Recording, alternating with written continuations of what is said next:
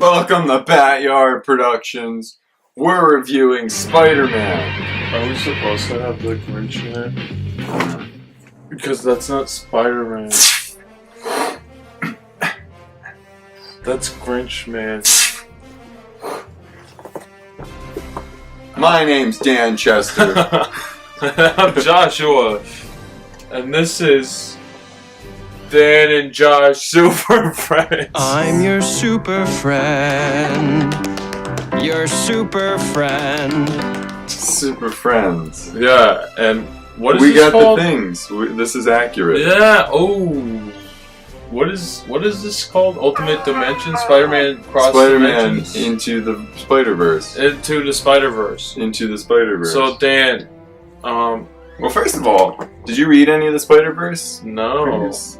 I know there's a game, and I didn't play it, and that's all the Oh, the knowledge I phone know. game? No, isn't there like there's multiple dimensions game, and Oh, you play a Shattered Dimensions? yeah, you play as Yeah, Noir Spider-Man. that's true. That's the only. Do you remember in the 1990s cartoon with Madam Web? I remember Madam Web? Yeah. I seen one episode and it was like dumb and but I think she's voiced by Stanley's wife, which I didn't Really? know. Yeah, which is cool. But yeah, it was something with some little girl and it was really stupid. Well, Madam Web, like, you know that giant web that's always behind Mhm. Madam Web? Like, that's like the web of Time or something. time and space. It's like the Great Web, I think is what it's called. So, like, she, like, guards the Great Web, and I don't know, there's a whole bunch of spiders all over the different multiverse and stuff. And so, like, in the comics, they sort of go into that, like, sort of nerdy stuff a lot, like, with the web and all that. When was this? When was this comics series? What? Well, in the Spider-Verse, like, that happened, like 2013, maybe? Okay. Shattered Dimensions, that game, Mhm. on the PS3, Xbox 360, I think the Wii, that came out, like, 2008? Yeah. 9? Yeah. 10? I know it's fairly I think old. that it was, like, Mhm. but that was reviewed as a very good game. But I had issues with it. But that's not what we were Yeah, I reviewing didn't today. play that. How I know Miles Morales is the main like Spider-Man focus. You know? Yeah. How accurate is he to the comic books? Well, I did miss the first 15 minutes, which I'm sure explained a lot of stuff. It didn't seem like he was too accurate. Yeah. Well, like, his parents seemed good. Mm-hmm. That seemed like they got that. He goes off to school eventually. Yeah, he's at a private school. He was at a public school in the beginning, and like everything's going well for him, and he knows everyone. Then he goes to private school. Then he runs into Gwen Stacy. Oh, are you okay? I'm Miles. I'm Gwen Stacy. That's interesting too, because in the Ultimate Spider-Man, Miles Morales, he meets a girl in that too, who was like sort of a punk girl, you know, kind of like Gwen Stacy was in this. But he also meets, I think that like his roommate is, you know, Ganke. And I think that guy that was in the room that he like never met until the end. Right. I think that might have been him. Do animals talk in this dimension? Because I don't want to freak him out. But they were like really close in the comics, so it was weird to see him like not with the. Yeah. 'Cause that was like that's such an important part of Miles Morales was like his friendship with Ganke. I thought this was great. I think this is one of the best Spider-Man movies. Definitely, I'm pretty like that came out. Yeah. I mean, Yeah. amazing. Did you like it better than Homecoming? The Homecoming was a fun time, but Mhm. I think it was just a little more fun than Homecoming. Yeah, I liked it better than Homecoming just because it felt more like the heart of Spider-Man was more in this movie. Yeah, it did. It did feel like more like it knew where to take the material and all these characters, and like you kind of almost get a little nervous with all these Spider-Man characters. You're like, oh no, is this going to be too much? But I mean, it like gives scared. all the backstory in like a comedic way, in a creative way, and you kind of understand each character where they're coming from, and each character isn't like there are cartoony characters, but there are serious characters too, which kind of drives the story, and then so you take it more seriously, But yeah, I thought everyone was great. Nicolas Cage as Noir Spider-Man, that was fun, you know. I like to drink egg creams, and I like to fight Nazis. A lot. Sometimes I let matches burn down to my fingertips just to feel something, anything. I enjoy Nicolas Cage, you know. Yeah. Also, I was surprised that like regular Spider-Man was such an important character in the, you know, because I thought it was just about Miles, but regular old Spider-Man. Yeah, he's more like schlubby Spider-Man. He wasn't like Spider-Man where he's like owns his own lab and everything like that. He's not really like in the best like headspace. But you got to see two like versions of regular Spider-Man. Yeah, that's true. And one was blonde. Mm-hmm. It was like Ben Reilly blonde Spider-Man. So I don't know if that's any connection or correlation at all. Yeah, I don't know why they made him blonde. Yeah, and I think if you want, you could kind of connect Slubby Spider-Man to Tobey Maguire Spider-Man because he's like doing the dance moves in the beginning, you know. And I like how they show the crappy Spider-Man ice pops that's like melted. You know? They're like, oh, here's the image of me as a pop or something. And they played the theme song, Spider-Man 66. Is it 66? The Spider-Man 60s. I'm not exactly sure. Spider-Man's the 60s theme, and like they showed like the little like the font kind of bouncing up, and you're like, oh, I have this great theme song, you know, blah blah blah. This is about me. Yeah, I did appreciate that. Like when the comic books came in, you know, they kept on going back to that, like the comic books. I like that they used like the font for each sort of Spider-Man, you know. Yeah, and it was cool that like the comic book style, it wasn't like distracting. It like kind of helped move along the movie and everything like that. And like with is Ang Lee's Hulk the first Hulk? Like they try to make it like comic book panels and everything like that, and it's just awful and very distracting. Oh, this is just like kind of moves it forward. This was more like Scott Pilgrim. Like, it was just a bit more natural. Yeah, it felt like Scott Pilgrim more like dived in just because it was a cartoon, you know, so they could go out full force with that style. Yeah, and I think it worked. They did a really good job. It reminded me of the cutscenes in Ultimate Spider-Man game. Mm-hmm. Remember those cutscenes? I barely remember. I just remember, I think the Spider-Man in Ultimate Spider-Man was the same voice of Mac from Foster's Home for Imaginary Friends. Pretty sure it was. Well, I really liked how the, speaking of Cartoon Network characters, they reminded me of Gumball. The backgrounds were really like photorealistic. Yeah.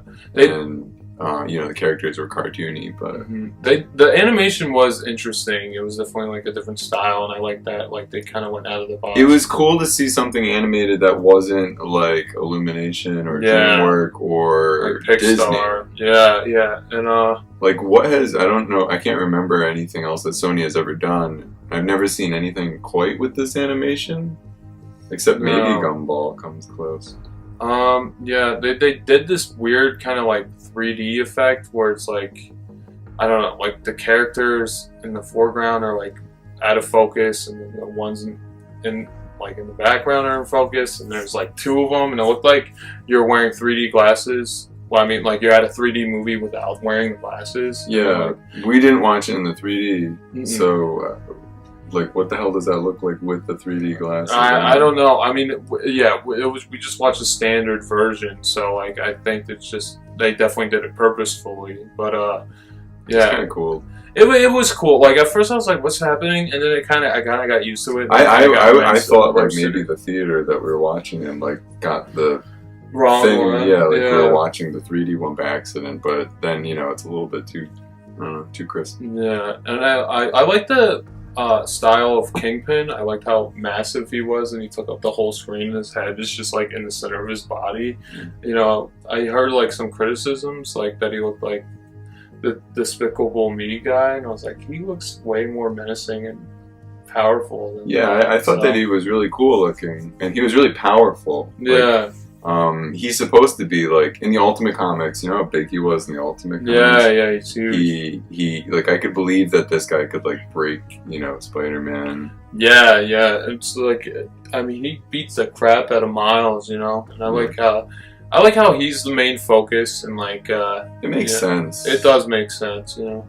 Because there's a lot of villains in this movie, and he's sort of like the center of the villain, you know, thing, and that just works. Like They didn't have to like push too hard to make that make sense. There wasn't also like any like reveals that they weren't like trying to trick you or anything like that. I like that. Yeah, nothing like that. Yeah, that would have been dumb if they did like a double cross with one of the Spider-Mans were bad. Yeah, that would have been so cheap, and I could totally see them like some subplot like that. But like, I'm glad they didn't do that. You know. Yeah. So, I really thoroughly enjoyed this movie. It's definitely one of my favorites Spider-Man movies. I mean, I definitely have a soft spot for all three Sam Raimi original Spider-Man. What do you think of the third one? The third Spider-Man? Well, we'll have to do a whole review on that. I mean, I like the Sam Raimi Spider-Mans, and I don't like the Mark Webb ones too much. No, but I don't like Homecoming. So this one was like a really good thing to see, you know, because it felt like true Spider-Man. Also, the game that just came out, the Spider-Man PS4 game, I'm not sure it comes from, was really good. So it's like Spider-Man, more. Yeah, Spider-Man. It came out in the right time frame so Sony for the game, and Sony had 3 Spider-Man things this year, which was the game, Venom, and this Into I Spider-Verse. forgot Venom even existed. I think most people should too, even though I never seen it. So you can watch our review on BatYard Productions. Yeah, without me, you can see it with Matt. So okay, I know spoilers for the Spider-Man PS4 game, but Miles Morales, right? Miles Morales. Okay, yeah, his dad dies in the game. Is that part of his origin in the comic He book? dies eventually in the comics. Okay. You know. I didn't know if it was like that abrupt and like the like origin of his character is that regular Peter Parker dies, and you know that like sort of, you know, like he gets bit by a spider around the same time. Right. I don't know.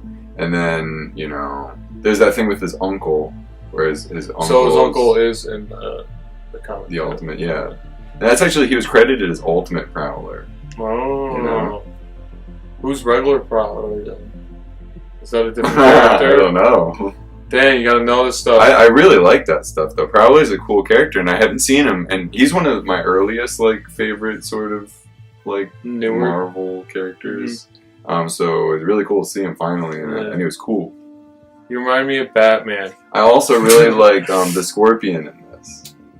Was this a Scorpion? Yeah, the Scorpion. That in the Ultimate Spider-Man, one of Miles's first villains is Scorpion, and he's sort of like a Mexican gang guy. Oh yeah, he was in this. I forgot he was even in it. He was like in it very briefly. That reminds me too that they did a lot of stuff in this movie where they would speak like Spanish, and Penny Parker spoke Japanese, and they didn't give you any subtitles. They just let you have it. You know? Yeah. But you understand what's going on. Yeah. You're not gonna get lost, you know. And this movie seemed like it could be very easy to get lost in it, like just with the plot itself, with the cross dimensions and everything like that. But I think it's pretty straightforward, and any kid, you could bring any kid to this. And I know the directors of the Lego Movie I think they had a big creative part of it. I'm not sure. Did they direct this too? I could definitely see like the influence of the humor, you know, from the Lego. Yeah. This is probably one of the best Sony movies I've seen ever. One of the funniest Spider-Man. Yeah. I think it is the funniest. I think I liked Spider-Man. Like when I was reading Ultimate Spider-Man back in middle school, one of the things I loved about it was like the comedy, you know. And when I continue to read Spider-Man, I'm like reading it for the comedy. Right. And this got the comedy right, so that's always it really did. It got that character, you know, the whole essence of Spider-Man, I think, correct, unlike a lot of interpretations that we've been getting recently. Mostly the Mark Webb ones. It was cool to see too Spider-Man as he's like 29 years old, you know? That's one of the oldest older. that we've ever seen. Yeah. So he's not 16 like all the time, you know? Yeah. I feel like Marvel's just trying to like keep the young crowd with Spider-Man, and then like the older Spider-Man fans seriously, because they keep on making him younger and younger, and that pushes people like me a little bit away. Yeah, exactly. That was was like my biggest gripe with Spider-Man is just like, you know, he never like would grow up with me. He would always just stay 16. So that's why I think that this one is like, you know, a better Spider-Man movie. The Tobey Maguire ones are fine too because he was like 29 when they were filming. Yeah, even though he's supposed to be in high school, and he's like 47. You can kind of imagine that. Oh, one thing I really liked about this too was like the fact that it was animated. I think that it wouldn't have worked as well if it were live action. Like no, definitely the dimensional combustor machine or whatever it was called. Like the art that came out of that like was so cool. That was really cool. You couldn't have done it with it being live action. Like Doctor Strange had like a really weird sort of like trippy sequence or two, and that's what this would have been like, and it's really weird in Doctor Strange, but this movie wasn't weird. Yeah, so I definitely recommend this movie, you know. I'm sure Dan recommends it as well. Yeah. So. If you were like on the fence, to hop off. Hop on the fence. Wait, hop off the fence. Hop on the train. Hop on the bandwagon. Yeah. No, I just hope like audiences see this movie and this like pushes Sony to do more creative things like this, you know. So please watch this movie, you know, it's actually a really good time, and don't be like deterred from it like with the animation. Like if you're like reluctant about the animation, like, oh, that looks weird, you definitely get used to it, and it's definitely its own style, you know, and like it kind of makes it better. I think that there's also like for the kids, like you know, parents can bring their kids to it. So parents bring their kids to it. Yeah. But then also kids bring your parents to it because there's stuff for your parent too. Yeah. We got old adult Spider-Man too. That's good. That makes it a better movie, right? Yeah. So we got all levels. So like Venom, I categorize as being a craptastic movie, and it being like good. And this one is like in its own tier of being like just a good movie. Yeah, it's good. It's not crappy. Venom just looked like crap to me, so that's why I didn't bother seeing it. This movie is not craptastic. It's just good. Yeah, it's really good. I definitely like. Really good. It's something I want to see definitely again. You know. Yeah, halfway through the movie, I was thinking I want to watch it again. Yeah, it's definitely up there with the Spider-Man. There's some good surprises and there's some good Easter eggs too. So I noticed things to watch out. Especially for guys who read Spider-Man comics. I haven't read Spider-Man comics since I was, you know, in middle school. So, you know, I definitely got, even for a casual Spider-Man fan, I think you definitely get a lot out of it. You know? Indubitably. Yeah. And with great power comes great magic carps. This was our review. Thank you for watching. Please like, comment, and subscribe, and comment on how Dan shaved. And share this to all your friends. Yeah, especially Magikarp fans. Goodbye.